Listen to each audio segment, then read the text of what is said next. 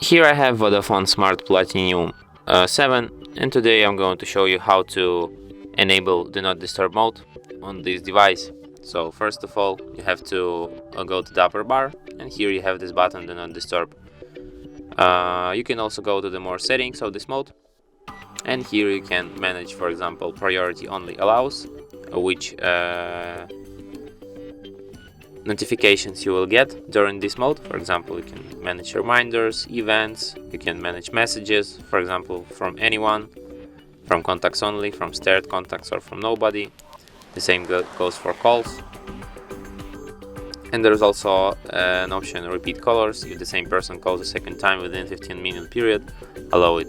And also you can also add auto rules, which is basically just a schedule for this mode.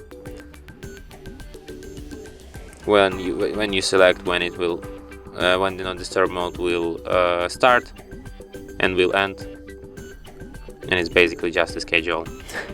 And that's it. Thanks for watching.